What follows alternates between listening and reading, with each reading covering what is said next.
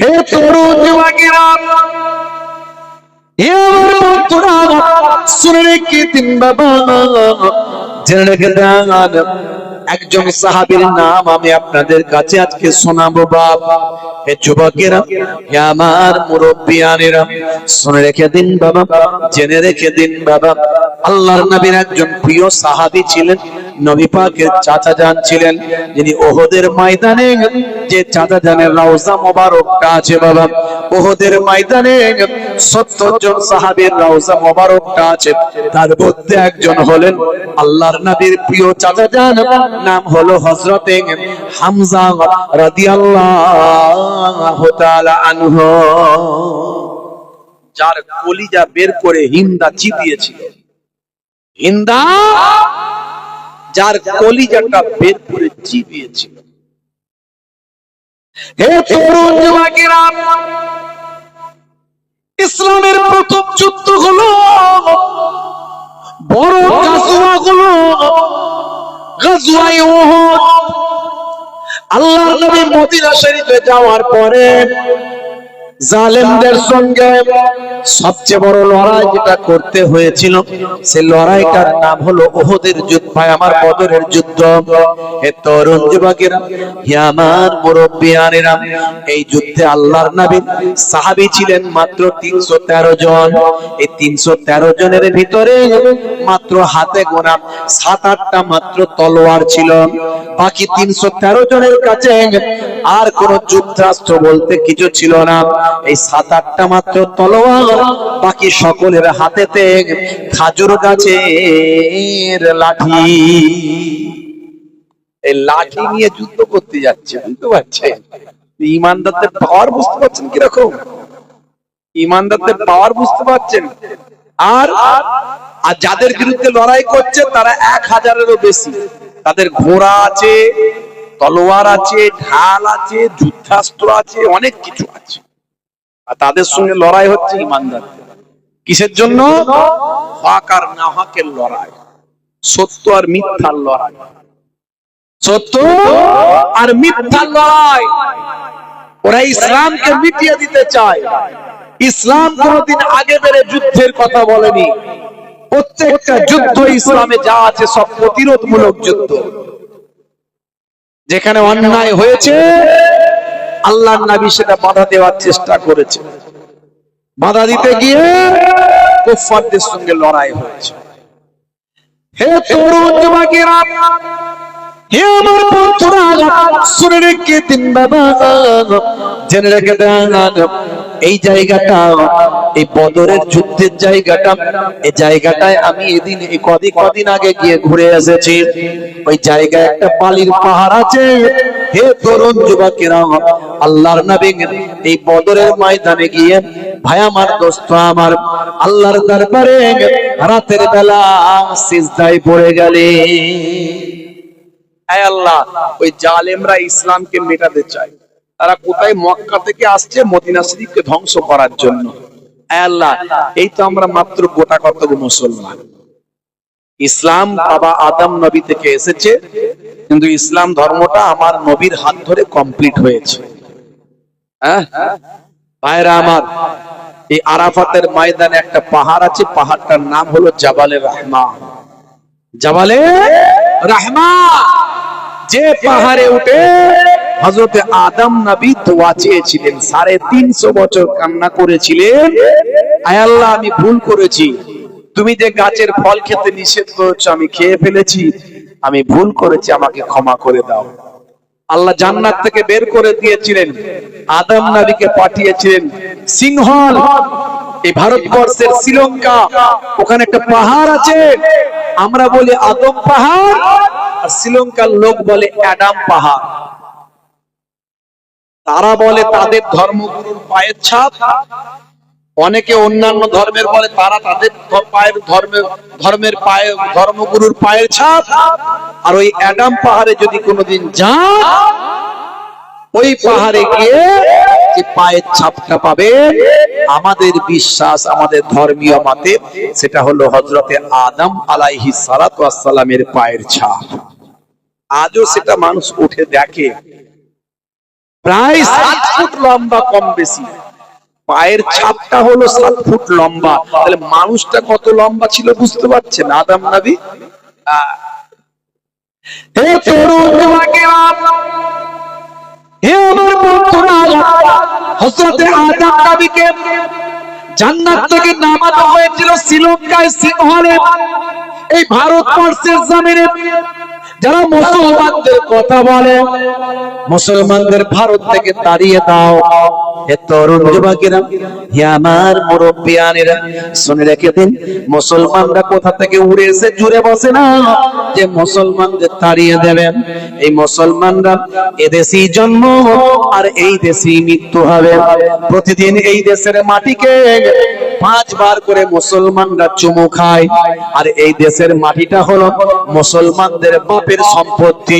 যদি বলেন এটা কেমন করে, শুনে রেখে দেন, জেনে রেখে দেন, পৃথিবীর প্রথম ব্যক্তি তিনি হলেন হযরতে আদম আলাইহিস সালাম। তাকে আমরা প্রথম পিতা বলি, আমাদের আদি পিতা বলি, আমাদের প্রথম নবী সেই হযরতে আদম নবী। মানুষ সৃষ্টি হওয়ার আগে সবচেয়ে প্রথম আদম নবীকে সৃষ্টি করা হয়েছিল। আর আদম নবীকে প্রথমে এই ভারতবর্ষের তৎকালীন যুগে অখণ্ড ভারত, সিংহল ভারতবর্ষের শ্রীলঙ্কায় হযরতে আদম নবীকে পাঠানো হয়েছিল। এই আদম নবী ভারতবর্ষে প্রথম এসেছিলেন, তাই মুসলমানদের বাপের জায়গা হলো এই ভারতবর্ষ। এটা আমাদের বিশ্বাস, এটা আমাদের বিশ্বাস। আর আজকাল তো মোটামুটি সুপ্রিম কোর্টের রায় পর্যন্ত বিশ্বাসে মাঝে মাঝে হয়, কথা ঠিক না?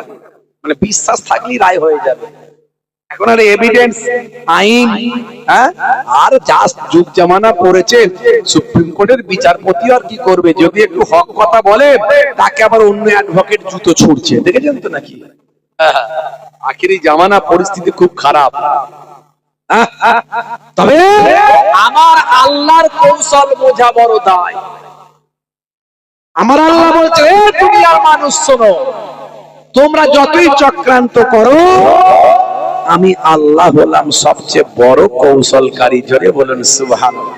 ওয়া মাকারু ওয়া মাকারাল্লাহু ওয়াল্লাহু খায়রুল মাকিরিন। আল্লাহ রাব্বুল আলামিন কোরআন মাজিদে বলেছেন, হে দুনিয়ার মানুষ, তোমরা যতই চক্রান্ত করো, আমি আল্লাহর কৌশল সবচেয়ে উপরে। এই উত্তরপ্রদেশের কানপুরে মাত্র কিছুদিন আগে বিশ্ব নবী দিবসের মিছিল হচ্ছিল। মিছিল থেকে হে তরুণ যুবকেরা, বিভিন্ন ধর্মের, বিভিন্ন সম্প্রদায়ের মানুষ তাদের ধর্মীয় মিছিল মিটিং করে, করে কি করে না? হে তরুণ যুবকেরা, মুসলমানরাও ঈদে মিলাদুন নবীর মিছিল করে, শান্তি সম্প্রীতির বার্তা মানুষের মাঝখানে দেয়। এই মিছিল করার পরে কয়েকটা আই লাভ মুহাম্মদ সাল্লাল্লাহু আলাইহি ওয়াসাল্লাম ব্যানার তারা টাঙিয়েছিল। এর মধ্যে কোনো খারাপ কিছু নাই। আমি আমার নবীকে ভালোবাসি, আপনি আপনার ধর্মগুরুকে ভালোবাসেন। কেউ বলে আই লাভ মহাদেব, কেউ বলে আই লাভ হনুমানজি, কেউ বলে আই লাভ দুর্গাজি, মাতা দুর্গাজি। ভাই আমার আই লাভ গণেশজি, কেউ বলে আই লাভ জিসাস, কেউ বলে I love mother Teresa.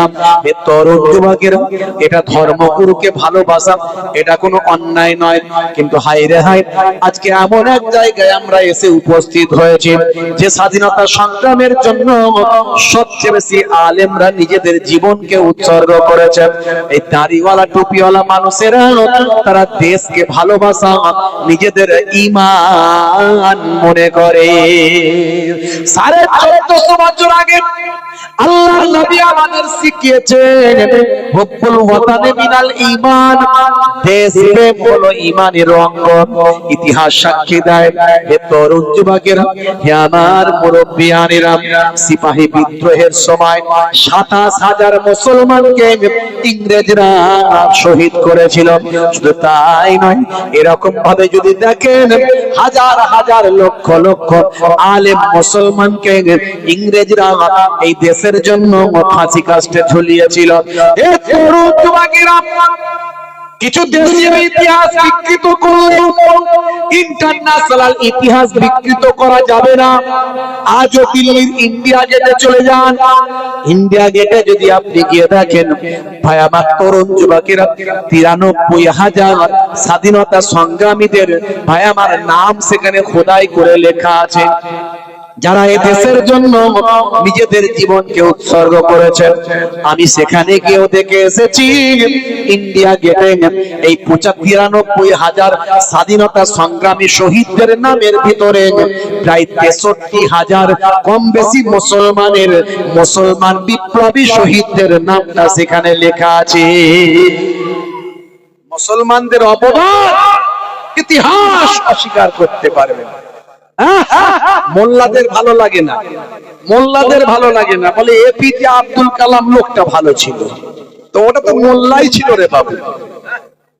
APJ Abdul Kalam কি মোল্লা ছিল না? মোল্লাই ছিল, তাহলে মোল্লাদের ভালো লাগে না? লড়াই কিন্তু হিন্দু মুসলমানের নয়, লড়াই খ্রিস্টান জৈন বৌদ্ধের লড়াই নয়, লড়াই হচ্ছে এক শ্রেণীর সাম্প্রদায়িক একটা দল বেরিয়েছে, সেই দল মুসলমানদের বিরুদ্ধে শুধু নয়, সংবিধানের বিরুদ্ধে লড়াই করছে তারা। আর সংবিধানকে বাঁচিয়ে রাখা শুধু মুসলমানদের দায়িত্ব নয়, এটা সবাই দায়িত্ব। এই উত্তরপ্রদেশের জমিনে যারা আই লাভ মুহাম্মদ সাল্লাল্লাহু আলাইহি ওয়াসাল্লাম ব্যানার টানিয়েছিল, সেই ব্যানারকে পুড়িয়ে ফেলা হয়েছে, সেই ব্যানারকে অপমানিত করা হয়েছে। যারা প্রতিবাদ করেছিল তাদেরকে মারা হয়েছে, আঘাত করা হয়েছে, তাদেরকে জেলে দেওয়া হয়েছে, এমনকি তাদের ঘর বাড়িগুলো অনেকের বুলডোজার দিয়ে ভাঙা হয়েছে। হে উত্তরপ্রদেশের যোগীজি, আমি আপনার কাছে বলতে চাই, আপনি কটা নবীর ব্যানার ছিঁড়ে ফেলবেন, পুড়িয়ে দেবেন? সারা ভারতবর্ষে তাকিয়ে দেখুন, সারা পৃথিবীতে তাকিয়ে দেখুন, কোটি কোটি আই লাভ মুহাম্মদ সাল্লাল্লাহু আলাইহি ওয়াসাল্লাম ব্যানার পৃথিবীর মানুষের দেওয়ালে দেওয়ালে, ঘরে, নগর সগরে তারা টাঙিয়েছে। শুধু তাই নয়, মুসলমান সারা পৃথিবীতে 200 কোটি কম করে মুসলমান আছে, আরো কয়েকশো কোটি মানুষ যারা নবীকে ভালোবাসে, প্রত্যেকের হৃদয়ের ভিতর আই লাভ মুহাম্মদ সাল্লাল্লাহু আলাইহি ওয়াসাল্লাম লিপিবদ্ধ হয়ে গেছে। যত আঘাত করবে মুসলমান, তত নবী নবী করবে। কথা ঠিক না? মুছে দিতে পারবে না, মুছে দিতে পারবে না। নবীর গোলামরা নবীর মুহাব্বতে ব্যানার টাঙিয়েছে বলে তাদের মেরেছো, জেল খাটিয়েছো, আঘাত করেছো, বুলডোজার চালিয়েছো। আল্লাহ বলছে, আমি কত বড় কৌশলকারী, তোরা কি চক্রান্ত করবি?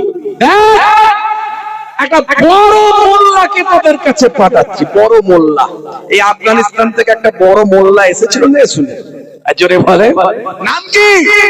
আফগানিস্তানের বিদেশ মন্ত্রী মোল্লা আমির খান মুত্তাকি এসেছিল উত্তরপ্রদেশে, গিয়েছিল দেওবন্দ মাদ্রাসায় এবং আগ্রা থেকে শুরু করে আরো অনেক জায়গায়। যে যোগীজি ভাই আমার নবীর গোলামদের উপর অত্যাচার করেছে, সেই যোগীজি ওই আমির খান মুত্তাকি নবীর গোলামকে সম্মান রেসপেক্ট করে প্রত্যেক জায়গায় ঘুরিয়ে ঘুরিয়ে ঘুরিয়ে দেখিয়েছে। আমার আল্লাহ বলছেন, যে নবীর গোলামকে তোরা মারলি, সেই নবীর গোলামকে তোরা আবার স্যালুট করবি। দেখেছে আল্লাহর কৌশল। আমার আল্লাহর কৌশল সবার উপরে, কিন্তু আমরা ভালো হতে পারছি না। আমরা যদি প্রকৃত আল্লাহওয়ালা হয়ে যেতাম, প্রকৃত যদি নবী প্রেমিক হয়ে যেতাম, আমাদের দিকে বাঁকা চোখে তাকানোর ক্ষমতা কারো ছিল না।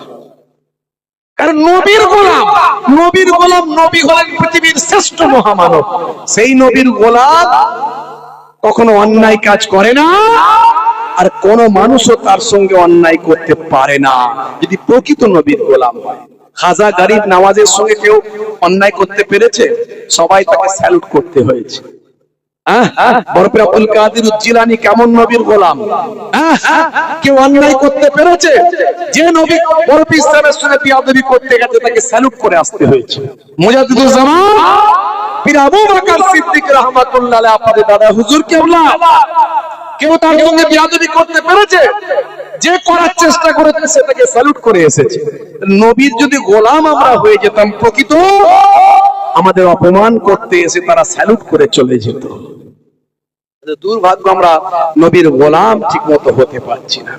হে তরুণ যুবকেরা, আজ থেকে প্রতিজ্ঞা করে শুধু ব্যানার টাঙালে হবে না, ব্যানারটা নিজের বুকে টাঙাতে হবে, মহাব্বতটা নবীর নিজের বুকেতে ঢোকাতে হবে।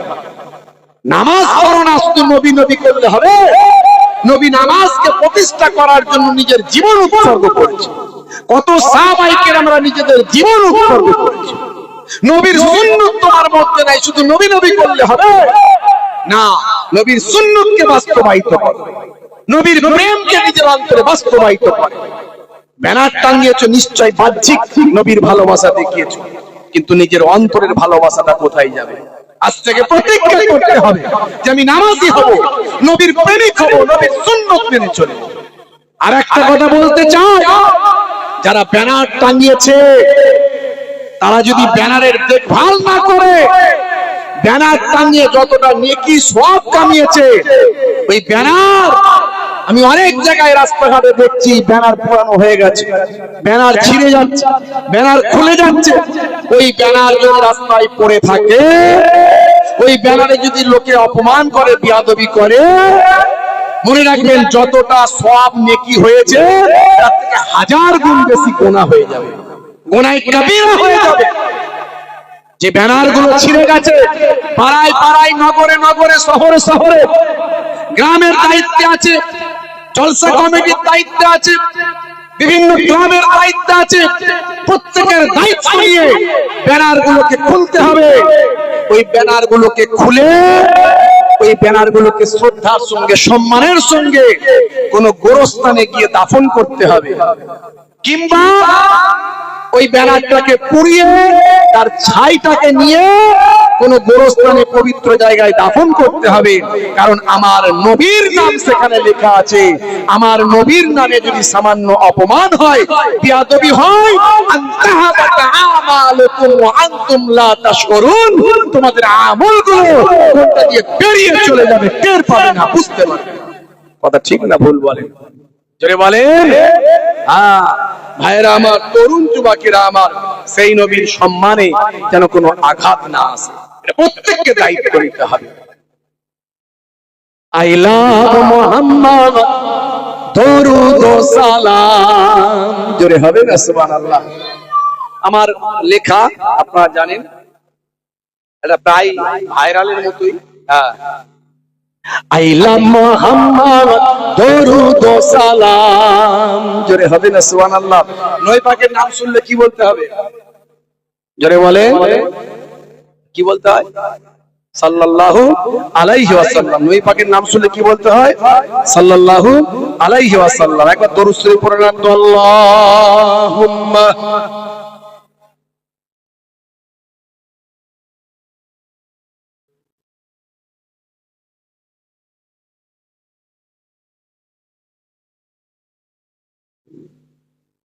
আইলা মুহাম্মদ, দরুদ ও সালাম, আইলা মুহাম্মদ, দরুদ ও সালাম, তুমি যে মনিব আমার, আমি যে গোলাম, জোরে হবে না? আচ্ছা, আল্লাহ হলেন আমাদের স্রষ্টা, একদিকে মনিব, আর নবী, নবীর দরবারে আমরা কি করছি? আমরা গোলাম, কাজ করছি, নবীর নির্দেশ পালন করছি। সেদিক থেকে নবী আমাদের মনিব, আমরা নবীর চাকর। কথা ঠিক না ভুল? নবীর গোলাম। অনেকে মনে করছে শুধু আল্লাহই মনিব। আল্লাহর মনিব ব্যাখ্যা আলাদা, নবীর মনিব ব্যাখ্যা আলাদা। যেমন পুকুরের পানি, নদীর পানি, আপনার জমজমের পানি, আবার হাউজে কাউসারের পানি, পানি তো বলবো, কিন্তু সব পানি কি এক? নবীর গোলাম যেটা, আপনি যেমন কোন দোকানে চাকরি করেন, আপনি বলেন উনি আমার মনিব, উনি আমার মালিক, তার মানে কি ওই মালিক আর আল্লাহ মালিক এক হলো? আসলে অনেকে বুঝতে পারে না বিষয়গুলো। আরে আমরা নবীর আন্ডারে চাকরি করছি, নবী যা আমাদের কাজ দিয়েছেন সেই কাজগুলো আমরা পালন করছি। কথা ঠিক না ভুল? নেই বলেছে এটা করো, ওটা করো, সেটা করো, এই নবীর গোলামতি করছি। এই জন্য এখানে লিখেছি একটু ভাঙাচোরা কবি তো, আর কবির ভাবনায় আসে এগুলো কথাগুলো, অত ওইভাবে ডিফিকাল্ট নিয়ে কথা বলি না, বুঝতে পারছেন? হ্যাঁ, এই যে আগের যেটা কবি একটা লিখেছিলেন, জান্নাত চাই না জাহান্নামও চাই না। আরে জাহান্নাম চাই না বললে ঈমান থাকবে? জান্নাত চাই না বললে ঈমান থাকবে? আর এটা কবিদের কবিতা। নবীকে যদি পেয়ে যায় আবার কিসের জান্নাত কিসের জাহান্নাম? কথা ঠিক না বলে? হ্যাঁ হ্যাঁ। তুমি যে মনিব আমার, আমি যে গোলাম, জোরে হবে না?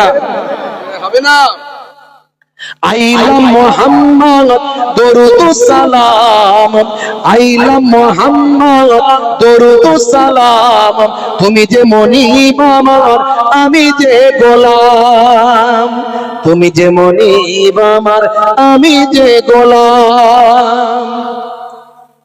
তোমার ব্যানার দেখো ছিঁড়ে ফেলেছে, কত আশিকের দেখো জুলুম করেছে।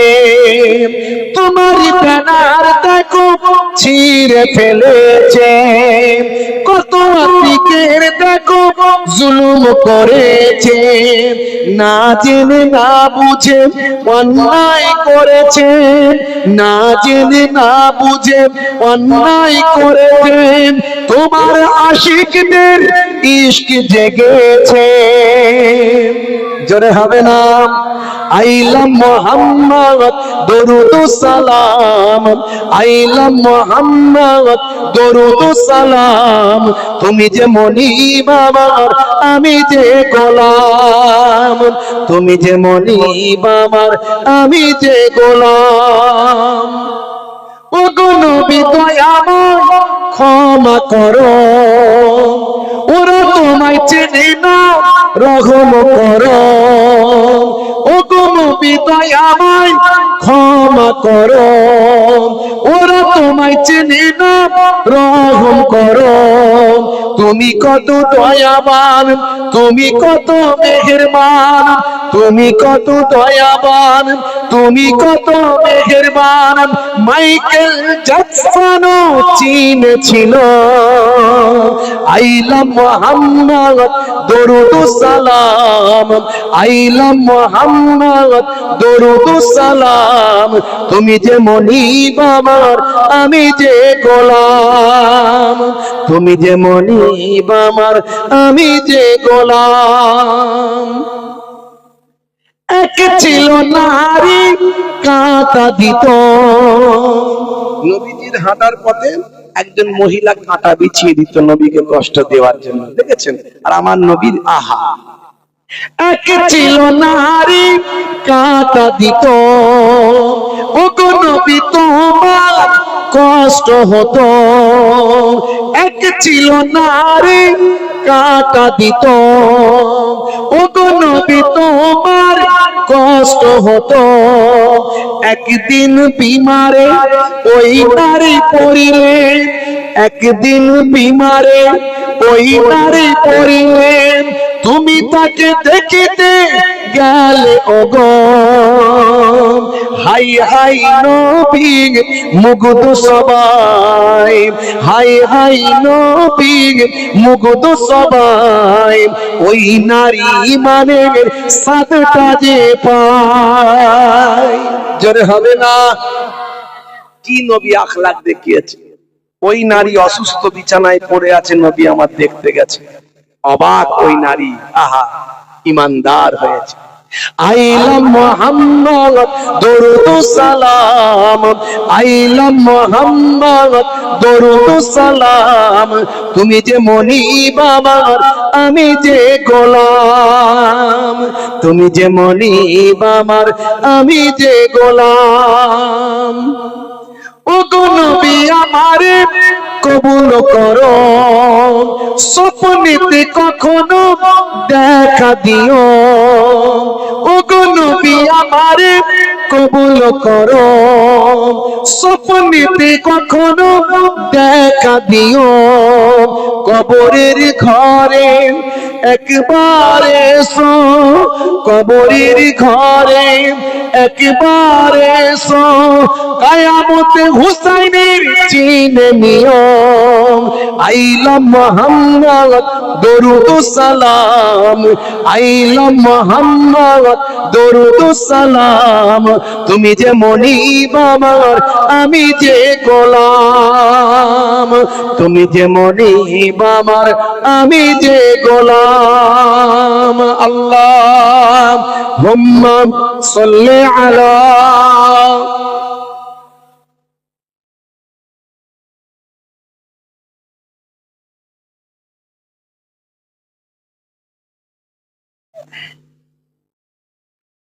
হে তরুণ যুবকেরা হে আমার বন্ধুরা শুনে রেখে দিন বাবা জেনে রেখে দেন হে মুসলমান এই বদর প্রান্তরে আমি গিয়েছিলাম আপনাদের যেটা বলছিলাম এই অল্প কিছুদিন আগে আমি গিয়েছিলাম সে বদরের যেখানে যুদ্ধ হয়েছিল সেই জায়গাটা আমি গিয়ে দেখলাম আবু জাহেল যে কুয়াতে আবু জাহেলকে নিক্ষেপ করা হয়েছিল 70 জন জালেম ইসলামের বড় বড় শত্রু আমার নবীর বড় বড় শত্রু জানের দুশমন সেই জায়গায় হত্যা হয়েছিল ওই কুয়াতে একসঙ্গে আবু জাহেলের সঙ্গে তারাও সেখানে শুয়ে আছে তারাও সেখানে শহীদ হয়ে তারা সেখানে হত্যা হয়ে পড়ে আছেন সারা পৃথিবীর নবী প্রেমিকেরা সেই কুয়াতে গিয়ে থুতু নিক্ষেপ ইট নিক্ষেপ ঢিল নিক্ষেপ করে আসে এ তরুণ যুবকেরা হে আমার মুরব্বিয়ানেরা ভাই আমার বদরের যুদ্ধ শুরু হবে আল্লাহর নবী রাতের বেলা সিজদায় পড়ে গেলেন এই অল্প সংখ্যক মুসলমান ইসলাম এসেছে বাবা আদম নবী থেকে সমস্ত নবীরা ছিলেন মুসলমান সমস্ত নবীরা ইসলাম মেনেছেন কিন্তু ইসলাম কমপ্লিট হয়েছে আমাদের নবীর হাত ধরে বিদায় হজের সময় এই আরাফাতের ময়দানে যে পাহাড়টা আছে এই পাহাড়টার নাম হলো জাবালে রহমাত 350 বছর হযরতে আদম নবী কান্নাকাটি করেছেন ভাই আমার শেষে যখন তিনি জাবালে রহমাত এই আরাফাতের ময়দানে পাহাড়ে ওঠেন ভাই আমার নিশানা করা আছে এই পাহাড়ে একটা নিশানা আছে ওই জায়গায় হযরতে আদম নবীর দোয়াটা কবুল হয়েছিল সেইখানে বসে বসে হযরতে আদম নবী আল্লাহর দরবারে দোয়া চান আয় আমার আল্লাহ 350 বছর কাঁদলাম এখনো তুমি আমার দোয়া কবুল করলে না তুমি আমাকে ক্ষমা করলে না আজ আমি তোমার দরবারে দোয়া চাই আমার একটা বিশেষ কথা মনে পড়েছে যখন তুমি আমাকে জান্নাতে রেখেছিলে আমি জান্নাতের দরজায় দরজায় তোমার নামের সঙ্গে একটা নাম আমি দেখতে পেতাম তিনি হবেন আখিরি জামানার পয়গম্বর আমার পরবর্তী প্রজন্মের আমারই সন্তান কিন্তু তাকে আপনি অনেক সম্মান দেবেন শেষ নবী বানাবেন নবীদের নবী বানাবেন ইমামুল আম্বিয়া বানাবেন সেই আখিরি জামানার পয়গম্বরের নামটা আপনার নামের সঙ্গে আমি দেখেছিলাম জান্নাতের দরজায় দরজায় সেই নবীর নাম আমি দেখেছিলাম আমার আল্লাহ সেই আখিরি জামানার পয়গম্বর জগতের শেষ নবী জনাবে মুহাম্মদ মুস্তাফা সাল্লাল্লাহু আলাইহি ওয়াসাল্লামের ওসিলা দিয়ে আপনার কাছে দোয়া চাই আপনি আজকে আমার দোয়াটা কবুল করে আমাকে ক্ষমা করে দেন আমার আল্লাহ বললেন হে নবী হে আমার আদম শুনে রেখে দাও জেনে রেখে দাও আজকে তুমি এমন একটা ওসিলা নিয়ে এসেছো এমন একটা উদাহরণ দিয়েছো এমন একটা উপমা দিয়েছো এমন একটা মাধ্যম নিয়ে এসেছো যেটা আমি আর বদলে দিতে পারলাম না যেটা আমি আর ফেলে দিতে পারলাম না যেটা আর অস্বীকার করতে পারলাম না হে আদম যাও আমার আখিরি জামানার পয়গম্বরের খাতিরে তোমাকে ক্ষমা করে দিলাম হযরতে আদম আলাইহিস সালামকে এই জাবালে রহমাতে আমার আল্লাহ ক্ষমা করেছিলেন দোয়া কবুল হয়েছিল দোয়া কবুল হওয়ার পরে মাথা তুলে দেখলেন যে তার দিক থেকে মা হাওয়া আলাইহিস সালাতু ওয়াস সালাম হেঁটে হেঁটে জাবালে রহমত পাহাড়ের দিকে আসছে আদম নবীকে শ্রীলঙ্কায় ফেলেছিলেন, আর মা হাওয়া আলাইহিস সালাতু ওয়াস সালামকে জেদ্দায় নামিয়েছিলেন। 350 বছর পর মোলাকাত। ভাইরা আমার, এই পাহাড়ে বিদায় হজের ভাষণ দিয়েছিলেন আমাদের নবী 1,20,000 সাহাবার সামনে। আর সেই সময় আল্লাহ রাব্বুল আলামিন আয়াত নাযিল করলেন, আল ইয়াউমা আকমালতু লাকুম দীনাকুম ওয়া আতমামতু আলাইকুম নি'মাতি ওয়া রাদিতু লাকুমুল ইসলাম দীনা। ইসলাম কমপ্লিট করলেন আল্লাহ, এই আয়াত নাযিল করলেন। তার মানে ইসলাম ছিল বাবা আদম নবী থেকে, কিন্তু ইসলাম কমপ্লিট হলো আমার নবীর হাত ধরে বিদায় হজের দিনে। জোরে বলুন সুবহানাল্লাহ। আরাফাতের ময়দানে জাবালে রাহমাত পাহাড়ে। হে তরুণ যুবকেরা, সেই নবী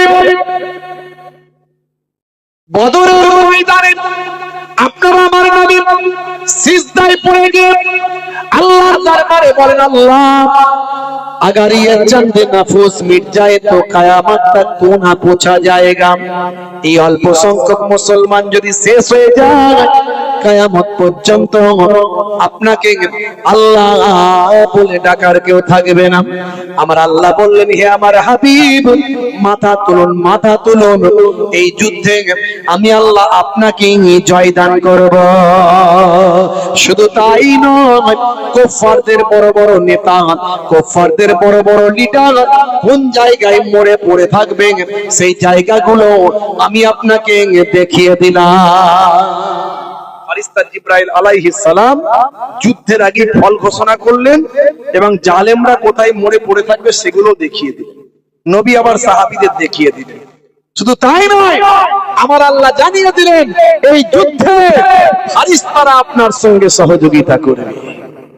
করে হবে না? এই বদরের ময়দানে একটা বালির পাহাড় আছে, বালি। এই বালির পাহাড়ে আমি উঠেছিলাম। জি হ্যাঁ, মানুষকে দেখিয়েছিলাম, এটাই হলো সেই বালির পাহাড়। সারা আরবে অনেক জায়গায় গেছি, বালির পাহাড় কোথাও পাইনি। এই একটা জায়গায় পেয়েছি বালির পাহাড়, সেটা হলো বদরের ময়দানে। ভাইরা আমার, কিতাবের মধ্যে এসেছে ওই বালির পাহাড়ে 1000 আল্লাহ ফেরেশতা নামিয়েছিলেন বদরের যুদ্ধের জন্য। বুঝতে পারছেন? আমার নবীকে আল্লাহ গায়েবী মাদাত করছেন ফেরেশতা দিয়ে, আর নবীর উম্মতরা বিপদে থাকবে, এটা কোনোদিন হয়? কিন্তু আমরা আল্লাহ ভুলে গেছি, নবী ভুলে গেছি, তাই বিপদে পড়েছি। না হলে বিপদে পড়তাম না।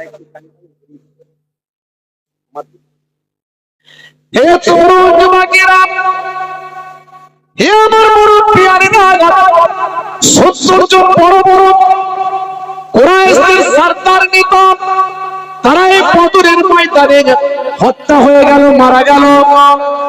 কুরাইশদের বড় রাগ হলো, ক্ষোভ হলো। বাবা, এ তরুণ যুবকেরা, হে আমার মুরব্বিয়ানেরা, শুনে রেখে দিন বাবা, জেনে রেখে দেন, আল্লাহর নবীর একজন চাচা যান ছিলেন, ভাই আমার, বীর যোদ্ধা, বীর সৈনিক, তার নাম হলো হযরতে হামজা রাদিয়াল্লাহু তাআলা আনহু।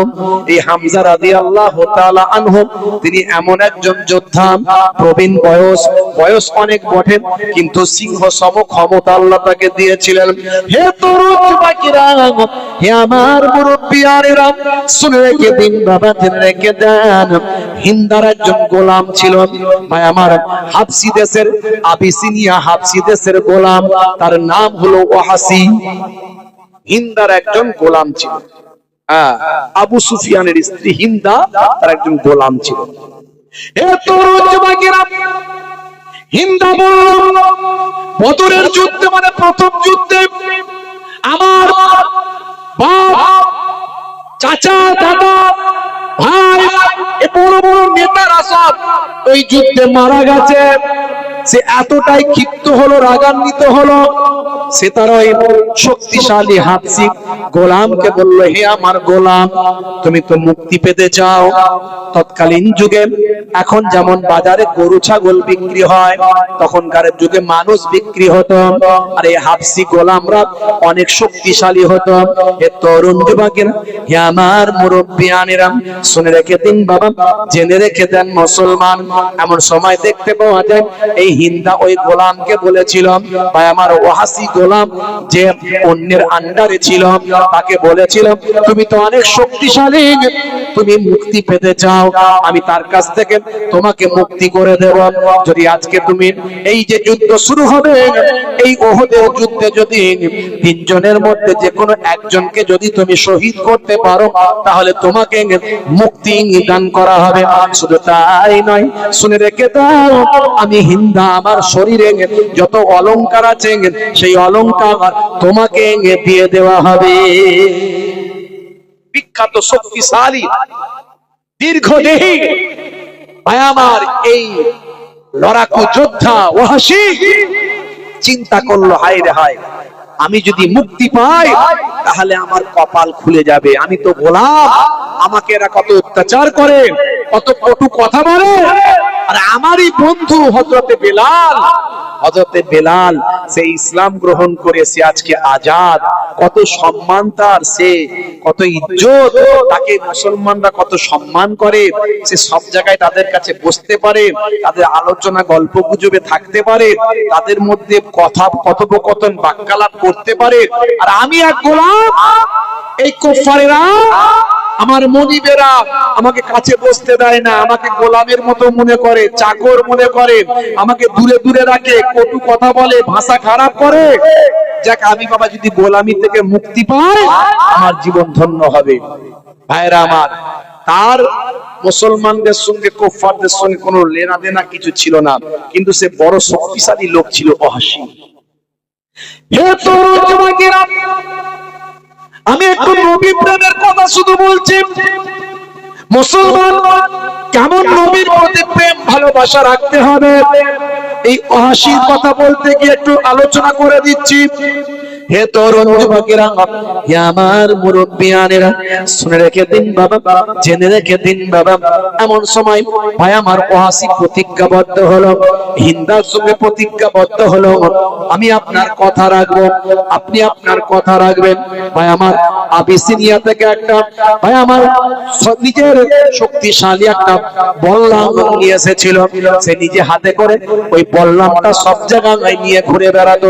হে তরুণ যুবকেরা, ওহদের যুদ্ধে গেল, একটাই টার্গেট, তাকে হিন্দা বলেছিল, ওই মুহাম্মদ আরবি সাল্লাল্লাহু আলাইহি ওয়াসাল্লামকে তুমি হত্যা করবে।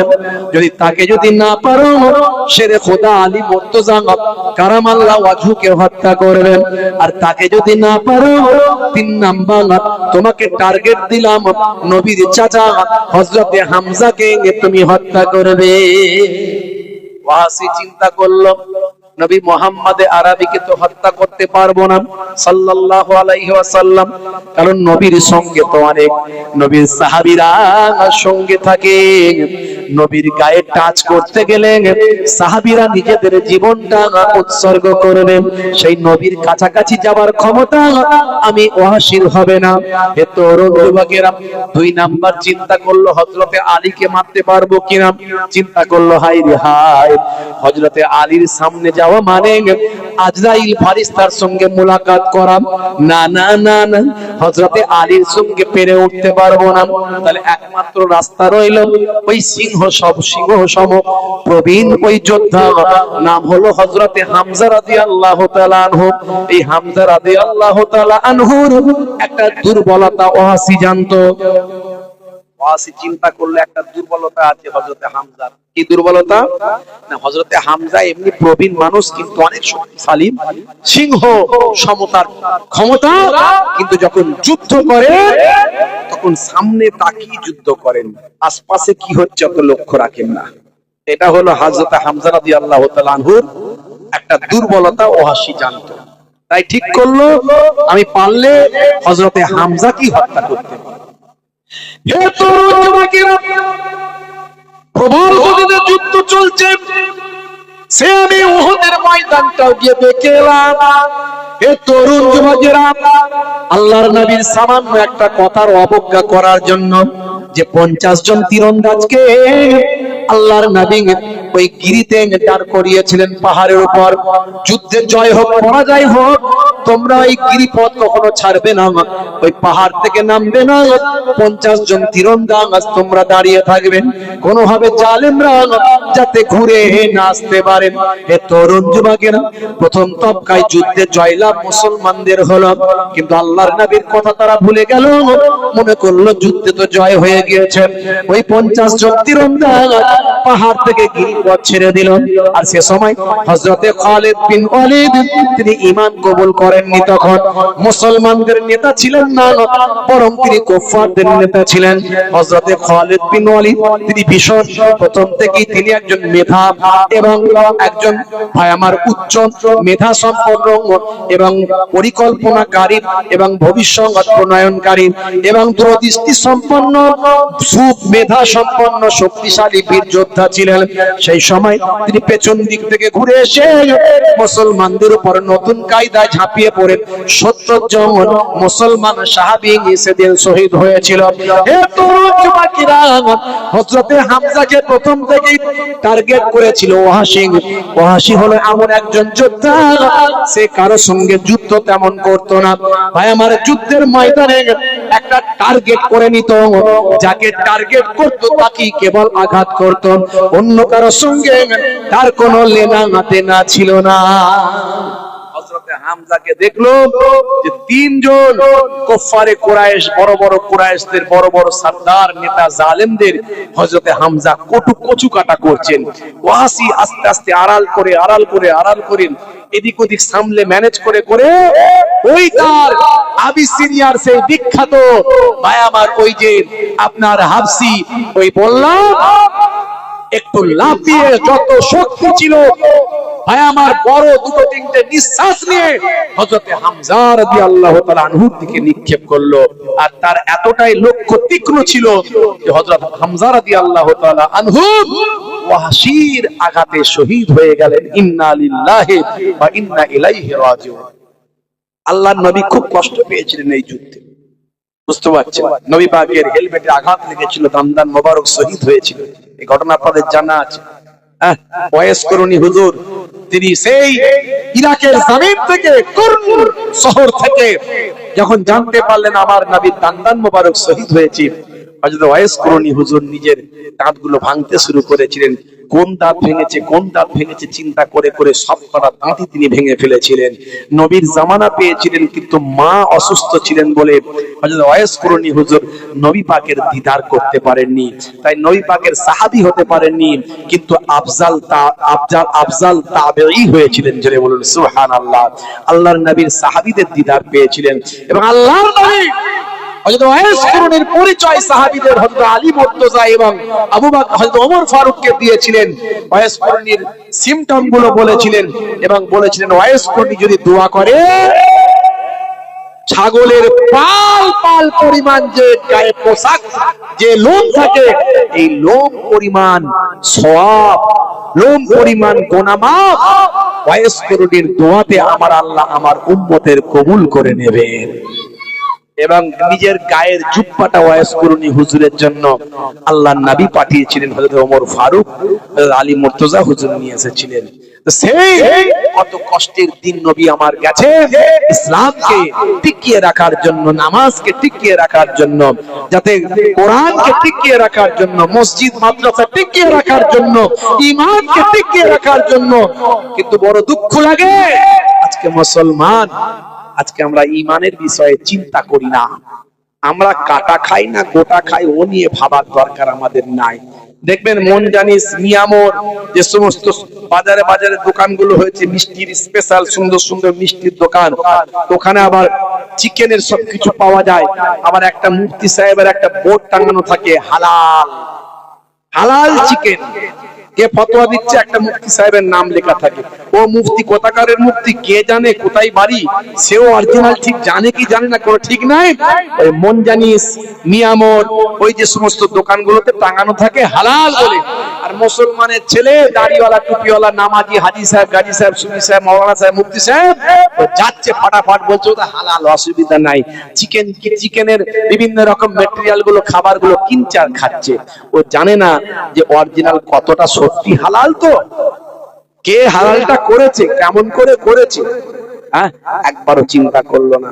আমি উমরা হজ করে ফিরে আসছি, ভাই বুঝতে পারছেন? আরো সাধারণ মানুষ তো হজে যাচ্ছে, অনেক উমরা হজ করতে যাচ্ছে, আল্লাহ কবুল করে নিয়েছে, নবীর ডাক এসেছে, আল্লাহর ডাক এসে চলে গেছে, তার সেই ঈমানের আমলে কতটা সম্পূর্ণ হয়েছে এখন সাধারণ মানুষ বোঝা মুশকিল।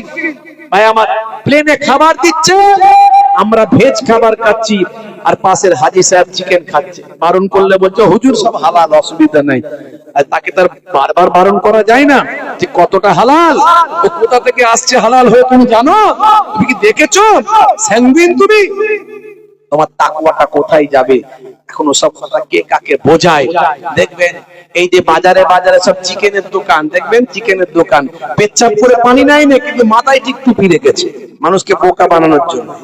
ও পেচ্ছাপ করে পানি নাই নে, চিকেনের দোকানদার মুরগিওয়ালা, ও পেচ্ছাপ করে পানি নাই নে, দাড়ি নাই কিন্তু মাথায় টুপিটা রেখেছে, কারণ মুসলমানরা এসে ওই মাথায় টুপি আছে, মার হালাল কোনো অসুবিধা নাই। আর ও পায়ে করে ধরছে, ফাট করে কাটছে, পায়ে করে ধরছে, ফাট করে কাটছে। ও বেঁচে থাকতে থাকতে এখনো মরেনি, এখনো আর রুহ বেরিয়ে যায়নি, তারে খালপোস করে ফেললো, ও হালাল, অসুবিধা নাই। ওই মুসলমানের সুবি সাহেব, দরবেশ সাহেব, হাজী সাহেব, মৌলানা সাহেব, মুফতি সাহেবকে খাবা খাপ কিনচানি চলে আসছে। তাকওয়াটা কোথায় যাচ্ছে? হ্যাঁ, এই জন্য তো জাবানের তো কবুল হতে চাই না আমাদের, বুঝতে পারছেন? আমাদের জাবানের তো ওই জন্য কবুল হতে চাই না। হে তরুণ যুবকেরা, হে আমার বন্ধুরা, শুনে রেখে দিন বাবা, জেনে রেখে দেন, হে মুসলমান শুনে রেখে দিন, জেনে রেখে দেন। দেখতে দেখতে 8টা বছর কেটে গেল। আল্লাহর নবী, আল্লাহর রাসূল মক্কা জয় করলেন নবাবিনা যুদ্ধে। আল্লাহর নবীর সাহাবী অনেক বেড়ে গেল। হে তরুণ যুবকেরা, নবী আমার যখন মক্কা বিজয় করলেন 8ম হিজরিতে, আল্লাহর নবী আল্লাহর রাসূল মক্কা বিজয়ের পর সবাইকে আমভাবে ক্ষমা করেছিলেন, মক্কার মানুষদের সবাইকে আমভাবে ক্ষমা করেছিলেন, কিন্তু 5 জন নারী আর 6 জন পুরুষের উপর আল্লাহর নবী ফতোয়া দিয়েছিলেন তাদেরকে কতল করে দাও। 5 জন নারী আর 6 জন পুরুষ, যারা এত বড় ইসলামের দুশমন ছিল, আল্লাহর নবী তাদেরকে ক্ষমা করেননি, সবাইকে ক্ষমা করেছিলেন, আম ক্ষমা, কিন্তু এই 6 জনকে তোমরা কতল করে দাও।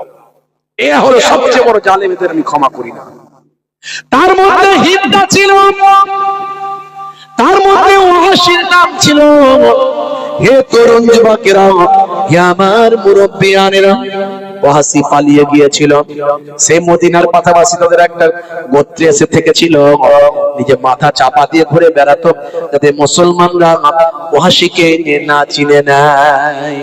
হে যুবকেরা শুনে রেখে দেন, একদিন আল্লাহর নবীর সামনে এসে হাজির হলো, মাথাটা চাপা দিয়ে, চোখটা চাপা দিয়ে, মাথাটা মুখটা চাপা দিয়ে, কেউ যাতে চিনতে না পারে। আল্লাহর নবীর সামনে এসে, দয়ার নবীর সামনে এসে বসে বলেন, ইয়া রাসূলুল্লাহ, হাবিবাল্লাহ, আপনি দয়ার নবী, মায়ার নবী, রাহমাতুল লিল আলামিন, আমি ওয়াহাশির কি ক্ষমা হবে না? আমি ইমানদার হতে চাই, আমি মুসলমান হতে চাই। আল্লাহর নবী বললেন, হে ওয়াহাশি, তুমি মুসলমান হতে চাও, তুমি কালেমা পড়তে চাও, তোমার ক্ষমা হয়ে যাবে। জোরে হবে না?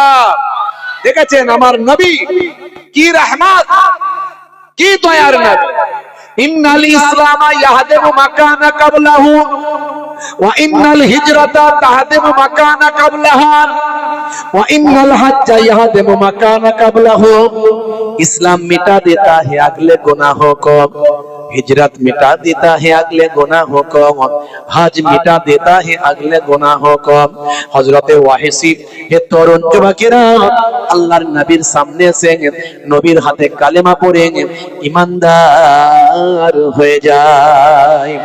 আল্লাহর নবী বললেন, হে ওয়াহিসি, তুমি তো আমার চাচাজানকে হত্যা করেছিলে, শহীদ করেছিলে। ওয়াহিসি মাথাটা নিচু করে চোখ ভরা পানি, বুক ভরা বেদনা নিয়ে বলেছিল, ইয়া রাসূলুল্লাহ, হাবিবাল্লাহ, আমি জাহেলিয়াতের কারণে, আমি জাহেলি হওয়া, জাহেলি যুগের কারণে, জিহালাতের কারণে, মূর্খতার কারণে আমি বুঝতে পারি না আমি আপনার চাচা জানকে হত্যা করেছি। ইয়া রাসূলুল্লাহ, হাবিবাল্লাহ, তবে আমি প্রতিজ্ঞা করছি যে বললাম যে ইসলামের একজন উৎকৃষ্ট মানুষকে আমি হত্যা শহীদ করেছি, সেই বললাম দিয়ে ইসলামের একজন নিকৃষ্ট মানুষকে আমি হত্যা করব। আল্লাহর নবী বললেন, কিভাবে হত্যা করেছো? হে তরুণ যুবকেরা, কিভাবে আমার চাচা জানকে শহীদ করেছো? হাসিব, তুমি জানো না, ছোট্টবেলায় জন্মের আগে আমি আমার পিতাকে হারিয়েছি, 6 বছর বয়সে আমি আমার আম্মা জানকে হারিয়েছি, যাদের ছত্র ছায়ায় আমি লালিত পালিত হয়েছি, তাদের মধ্যে একজন হলেন আমার প্রিয়তম চাচা জান হযরতে হামজা রাদিয়াল্লাহু তাআলা আনহু, যিনি আমাকে ছায়া দিয়েছেন, যিনি আমাকে সব সময় চোখের মধ্যে রাখতেন, যিনি আমাকে সব সময় জালিমদের ভিতর থেকে আমাকে বাঁচানোর চেষ্টা করেছেন, সেই হযরতে হামজাকে তুমি শহীদ করেছো। হে অসীম, তুমি কেমন করে আমার চাচা জানকে শহীদ করেছো, একবার শোনাও। হে তরুণ যুবকেরা, ওয়াসির চোখ ভরা পানি বলতে শুরু করলেন কিভাবে তিনি তার চাচা জানকে শহীদ করেছেন। হিন্দার নির্দেশে মুক্ত হওয়ার, আজাদ হওয়ার নেশা আমার মাথায় চেপে গেল। আমি সব সময় চিন্তা করতাম যে হে তরুণ যুবকেরা, ওয়াসি সব সময় ভাবতো আমার বন্ধু বেলাল সে কেমন আজাদ হয়ে ঘুরে বেড়াচ্ছেন, তার মধ্যে কোনো আমার গোলামির বেরি তার পায়েতে নাই, সে আজাদ অবস্থায় থাকছেন, কত সম্মান সে পাচ্ছেন, সে একবারে নিশ্চিন্তে ঘুরে বেড়াচ্ছেন। আর আমি হলাম গোলাম, আমি গোলামের মধ্যে আছি, গোলামের বেরি আমার পায়েতে আটকে আছে। আমিও যদি আজাদ হয়ে যায় আমারও সংসার হবে, আমার সুন্দর একটা জীবন হবে, এই চিন্তায় আমি বিভোর ছিলাম। সেই সময় আমি অফার পেলাম, যদি 3 জনের ভিতরে একজনকে হত্যা করি তাহলে আমাকে আজাদ করে দেওয়া হবে। আমি ঠিক করলাম হযরতে হামজা সিংহ সম আপনার চাচাজিকে আমি শহীদ করলাম।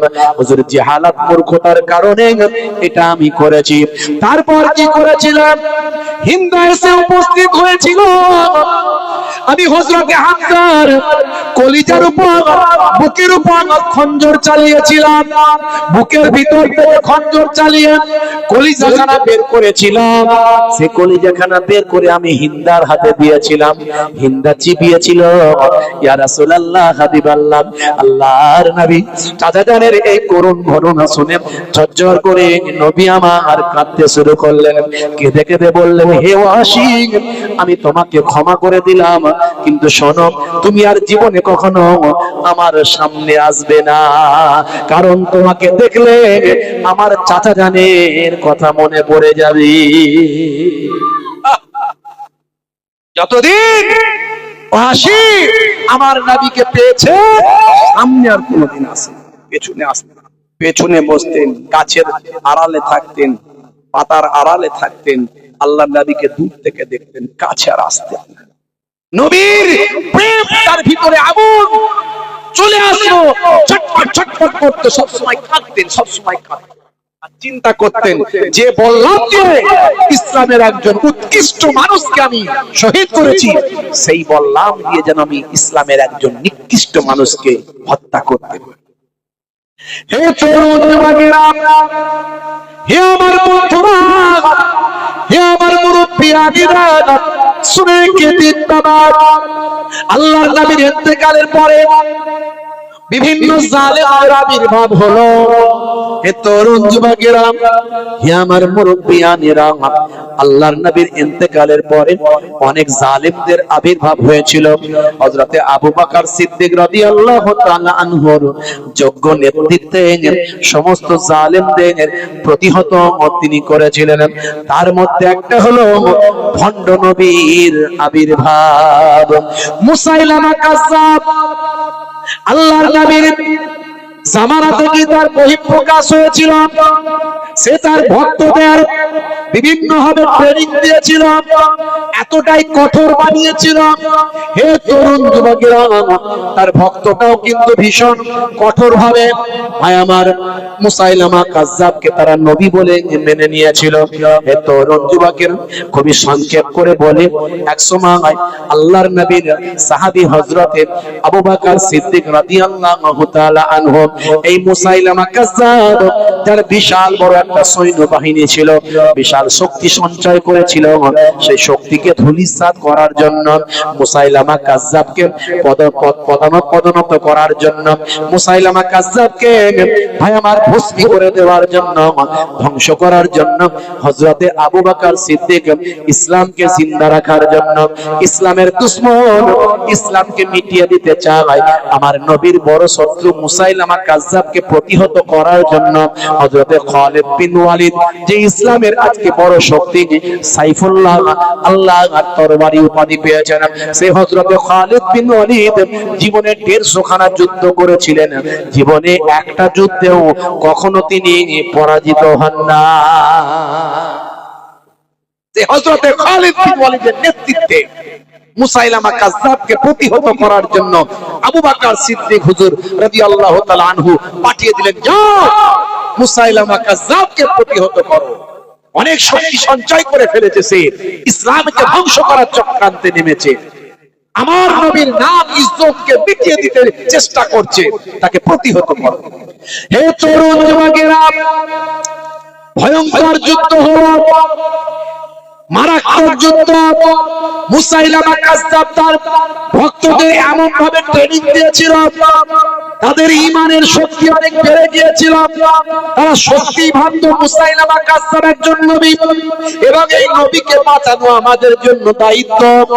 এইভাবে তাদের মধ্যে একটা ঈমানি শক্তি জাজবা তৈরি হয়েছিল। এই শক্তিটাও কিন্তু কম নয়, মুসলমানদের শক্তির সঙ্গে এই শক্তিরও কিন্তু কম ছিল না। লড়াই প্রবল থেকে চলেছিল, এমন লড়াই হয়েছিল মুসলমানরা হযরতে খালিদ বিন ওয়ালিদের নেতৃত্বে কখনো পেছু হাঁটেনি, কিন্তু মুসাইলামা কাজ্জাবের সঙ্গে লড়াই করতে গিয়ে লড়াই একবারে ভাই আমার সামনাসামনি লড়াই হয়েছিল। এই লড়াইয়ে উভয় পক্ষে ভাই আমার ভয়ঙ্কর ক্ষয়ক্ষতি হয়েছিল। হযরতে খালিদ বিন ওয়ালিদের নেতৃত্বে মুসলমানদের প্রায় কিছু কম বেশি 1200 সাহাবী শহীদ হয়েছিলেন। তার মধ্যে 300 জন হাফেজ ছিলেন, হাফেজে কোরআন ছিলেন। হে তরুণ যুবকেরা, হযরতে খালিদ বিন ওয়ালিদ চিন্তা করলেন, এই যুদ্ধে এভাবে জয়লাভ করা তো সম্ভব নয়, এ তো ভয়ঙ্কর যুদ্ধ, হাজার হাজার মানুষ মারা যাচ্ছে, কিন্তু এইভাবে তো যুদ্ধ করা সম্ভব নয়। হযরতে খালিদ বিন ওয়ালিদ চিন্তা করলেন, আমাকে একটা মুহূর্ত তৈরি করতে হবে, একটা ভয়ঙ্কর ঝুঁকি আমাকেই নিতে হবে। আমার আল্লাহ যদি বাঁচিয়ে রাখেন বাঁচবো, না হলে আমাকে মুসাইলামাকে হত্যা করতে হবে, আমি একা হত্যা করব। খালিদ বিন ওয়ালিদ এমন একজন যোদ্ধা ছিলেন যিনি এই ক্ষমতা নেওয়ার মতো শক্তিশালী, তার শক্তি ছিল তার মধ্যে। মুসাইলামাকে একা হত্যা করবেন এই চিন্তা ভাবনা নেওয়ার মতো এই সাহস, এই শক্তি, এই মনোবল, এই মেধা হযরত খালিদ বিন ওয়ালিদের ছিল। হযরত খালিদ বিন ওয়ালিদ দ্রুতগামী একটা শক্তিশালী ঘোড়া নিয়ে চলতে শুরু করলেন ঝড়ের গতিতে। হে তরুণ যুবকেরা, হাতের ঢাল তলোয়ার নিয়ে যত জালেমদের পক্ষ থেকে তীর আসছে সব রুখে দিচ্ছেন। হে তরুণ যুবকেরা, হে আমার মুরব্বিয়ানেরা, শুনে রেখে দিন বাবা, জেনে রেখে দিন বাবা, একজন বড় যোদ্ধা ভাই আমার কুফফারদের মুসাইলামা বিন কাজ্জাবদের, একজন মুসাইলামা কাজ্জাবদের বড় যোদ্ধা যখন হযরতে খালিদ বিন ওয়ালিদের দিকে একটা বড় বল্লাম উঁচিয়ে আসছে ঘোড়াতে সওয়ার, তাকে শহীদ করার জন্য, সেই সময় মুসলমানদের ভিতর থেকে একটা ভাই আমার তীরন্দাজ তীর নিক্ষেপ করে ওই বাবা মুসাইলামা কাজ্জাবের বড় যোদ্ধার গলায় নিক্ষেপ করলো, সঙ্গে সঙ্গে সে মাটিতে লুটিয়ে পড়ল। হযরত খালিদ বিন ওয়ালিদ তার পরিকল্পনা চেঞ্জ করে ফেললেন, তিনি ভাই আমার সঙ্গে সঙ্গে তীর তীর দিয়ে যুদ্ধ করা, তলোয়ার যুদ্ধ করা বাদ দিয়ে সঙ্গে সঙ্গে তার পড়ে যাওয়া ওই যে বললাম সেটাকে কুড়িয়ে নিলেন। কুড়িয়ে নিয়ে ঘোড়ার উপর থেকে ভাই আমার লাফিয়ে উঠলেন এবং সকলের মাথার উপর দিয়ে ঘিরে থাকা মুসাইলামা কাজ্জাবের দিকে বাতাসের গতিতে কয়েকটা দম নিয়ে সেই বড় ভাই আমার বললাম টাঙ্গা ছুড়ে দিলেন। কিন্তু অল্পের জন্য মুসাইলামা কাজ্জাব বেঁচে গেল, তার বডিগার্ড তার সঙ্গে যে ছিল সে সেখানে পড়ল, মারা গেল। এই ঘটনা মুসাইলামা কাজ্জাবের ভিতকে নড়িয়ে দিয়েছিল, তাদের মনোবলকে ধ্বংস করেছিল। মুসাইলামা কাজ্জাব সেখান থেকে তার সঙ্গীদের নিয়ে ছুটতে শুরু করলো, তার ভিত, তার মনোবল, তার শক্তি শেষ হয়ে গেল। ভাই আমার ছুটে গিয়ে একটা বাউন্ডারি প্রাচীরের ভিতর তারা ঢুকে বলল এবং মৃত্যু ভয় তাদেরকে আঁকড়ে ধরলো। সেই সময় প্রাচীরের ভিতরে ঢুকে তারা প্রাচীরটা দরজা বন্ধ করে দিল। এদিকে ওয়াহশী তার একটাই টার্গেট, একটাই লক্ষ্য, একটাই টার্গেট, যে কুফার আমি ইসলামের সবচেয়ে বড় মাপের ব্যক্তিকে আমি যে শহীদ করেছি, এখন সেই বললাম দিয়ে মুসলমানদের সবচেয়ে নিকৃষ্ট ব্যক্তিকে আমি হত্যা করতে চাই। তার একটাই টার্গেট, বুঝতে পারছেন বন্ধুরা?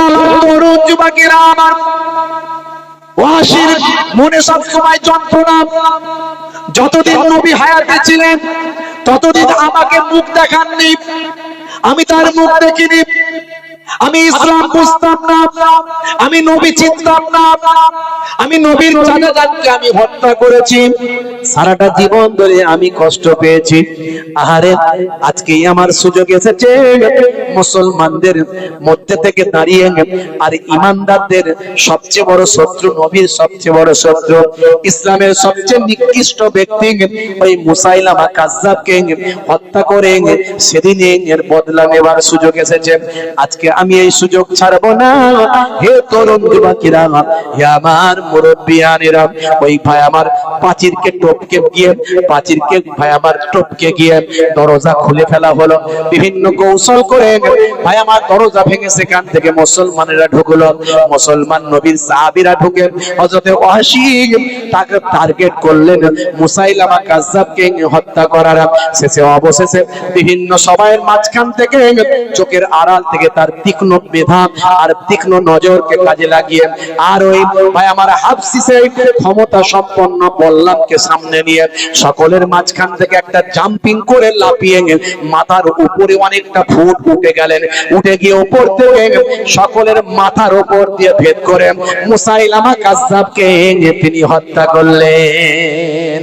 হে তরুণ যুবকেরা, ইসলামের বড় শত্রু যারা নবীর শান ইজ্জতকে নষ্ট করতে চায়, ইসলামের বড় শত্রু ভাইরা আমার, ইসলামকে ধ্বংস করে দিতে চায়, যাদের হাতে মুসলমানদের অনেক রক্ত লেগে আছে, নবীর সাহাবীদের অনেক রক্ত লেগে আছে। হযরতে ওয়াহশী যখন এই জালিমকে হত্যা করলেন, এই অপরাধীকে হত্যা করলেন, করে সেই বল্লমটাকে আকাশের দিকে তুললেন, তুলে বললেন কতালতু খায়রান নাস, কতালতু খায়রান নাস আর কতালতু শাররান নাস। আমি হত্যা করেছি এর আগে একজন ভালো মানুষকে, এর আগে আমি হত্যা করেছি, আজকে আমি সর্বনিকৃষ্ট একজন মানুষকে আমি হত্যা করলাম। হে তরুণ যুবকেরা, সেই ওয়াহশী যতদিন বেঁচে ছিলেন ততদিন তিনি শান্তিতে থাকতে পারেননি, অনেক কষ্ট পেয়েছেন, তার দুঃখ যন্ত্রণা অনেক ছিল। আল্লাহর নবী তাকে সামনে বসতে দেননি, পেছনে বসো বাবা, আমার সামনে তুমি আসবে না। এই যে তাকে আঘাত কষ্ট পেয়েছেন সারাটা জীবন, তার কিছুটা মুসাইলামাকে হত্যা করে কিছুটা ঠান্ডা হয়েছিল, কিন্তু হযরতে ওয়াহশী অনেক হায়াত পেয়েছিলেন। কিন্তু আল্লাহর নবীর সামনাসামনি বসা হয়নি, নবী তার সামনাসামনি নেয়নি, এর জন্য বড় তার কষ্ট হয়েছিল। এ তরুণ যুবকেরা, হে আমার মুরব্বিয়ানেরা, হযরতে ওয়াসি বলেন, আমি তারপর থেকে আমি মদিনা শরীফে থাকতাম না, আমি নবী পাকের রওজা মোবারকে যেতাম না। আমার মনে বড় কষ্ট হতো, আরে আমি আমার নবী পাকের কলিজার টুকরা চাচা জানকে আমি নিজে হাতে শহীদ করেছি। হে তরুণ যুবকেরা, হযরতে ওয়াসি তিনি আর মদিনা শরীফে থাকতেন না, তিনি চলে গিয়েছিলেন তার দেশের বাড়ি, সেইখানে তিনি থাকতেন। এমন সময় এই যুদ্ধের পরে হযরতে ওয়াসি স্বপ্নের মধ্যে দেখছেন আল্লাহর নবীর সঙ্গে দেখা হয়েছে। আল্লাহর নবী বলছেন, ওয়াসি তুমি আমার পেছনে কেন, তুমি আমার সামনে এসো। যত দুঃখ যন্ত্রণা আমার হৃদয়ে ছিল, তুমি ইসলামের একজন নিকৃষ্ট জালেমকে হত্যা করে সেটা ঠান্ডা করে দিয়েছো। ভাইরা আমার, তরুণ যুবকেরা আমার, হযরতে ওয়াসি কেমন নবী প্রেম ছিলেন। আপনি বলবেন যুদ্ধের ওয়াজ করছেন হুজুর। ভাই আমার, যুদ্ধের মধ্যে খারাপ কিছু থাকে না, যুদ্ধ অন্যায়কে প্রতিহত করে, যুদ্ধ সব ধর্মের মধ্যে আছে।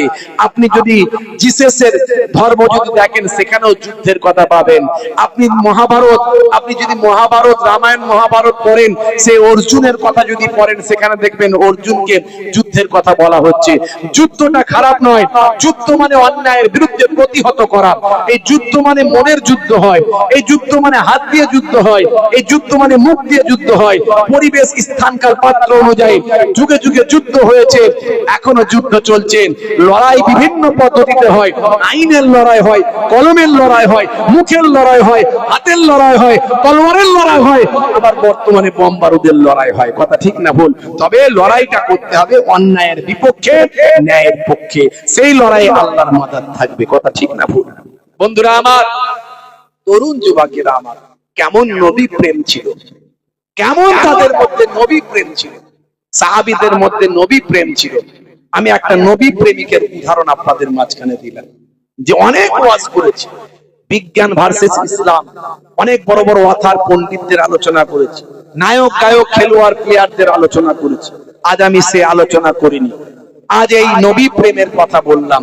নবী প্রেম শুধু মুখে দেখালে হয় না, দুটো ব্যানার টাঙিয়ে দিলে হয় না, নবী প্রেম অন্তরে দরকার। সারাটা জীবন হযরতে ওয়াসি আল্লাহর নবীর সামনে আসতেন না। কেমন নবী প্রেম ছিল, তার হৃদয়টাকে পুড়ে পুড়ে খেয়েছিল। আহা, আমি যাব না সামনে, নবী আমাকে যেতে বারণ করেছে। কি প্রেম, কি মহাব্বত! সব সময় নবীর প্রেমকে অন্তরে নিয়ে জ্বালিয়ে রাখতেন। আর আজকে আমরা মুসলমান সেই নবীর প্রেম ভুলে গেছি। আমরা দুটো ব্যানার টাঙ্গিয়ে দিই, বছর একবার জলসা করে দিই, মিলাদুন নবীতে চাঁদা দিয়ে দিই, ভাবি যে নবীর হক আদায় হয়ে গেছে। অথচ আমরা সেই নবীর একটা সুন্নতকে ঠিকভাবে মান্যতা দিতে পারছি না, পালন করতে পারছি না। আমরা বেনামাজি হয়ে যাচ্ছি, নামাজ পড়ছি না। এই জন্য আজকে আমাদের এত বিপদ মুসিবত আসছে। ভাইরা আমার, আজ থেকে প্রতিজ্ঞা করুন নামাজ ছাড়বেন না। বলুন ইনশাআল্লাহ। আজ থেকে প্রতিজ্ঞা করুন নামাজ ছাড়বেন না। যে নবী নামাজকে প্রতিষ্ঠা করার জন্য আল্লাহর নবীর ৭০ জন সাহাবী উহুদের ময়দানে শহীদ হলেন। হযরত হামজাকে শহীদ হতে হয়েছে, বড় বড় সাহাবীদের শহীদ হতে হয়েছে সেই নামাজকে কায়েম করার জন্য। আমার নবীর সঙ্গে কুফফারদের কোনো শত্রুতা ছিল না। কুফফাররা আমার নবীকে বড় ভালোবাসতো, মানতো, বলেছিল যে তুমি এই সব ছেড়ে দাও, তুমি কি চাইবে বলো, সুন্দরী স্ত্রী চাও সেটাও দেব, বড় নেতা হতে চাও নেতা বানিয়ে দেব, ধনী হতে চাও ধন দৌলত দিয়ে দেব। আমার নবী বলেছিলেন আমি দায়িত্ব পেয়েছি, আল্লাহ আমাকে দায়িত্ব দিয়েছেন, সমাজ থেকে অন্যায়কে দূরীভূত করতে হবে, সমাজ থেকে কুসংস্কার দূর করতে হবে, আল্লাহ যে এক সেটা প্রচার করতে হবে। যাকে তাকে খোদা বললে হবে না, সেটা আমাকে প্রচার করতে হবে। কে মানলো কে মানলো না সেটা পরের ব্যাপার, আমি ঘাট ধরে জোর করে মানাচ্ছি না, আমাকে এটা প্রচার করতে হবে। তোমরা আমার প্রচারে বাধা দিচ্ছ, তোমরা আমার প্রচারে বাধা দিচ্ছ। আল্লাহর নবীকে বলা হয়েছিল যা চাইবে সেটা দেবে।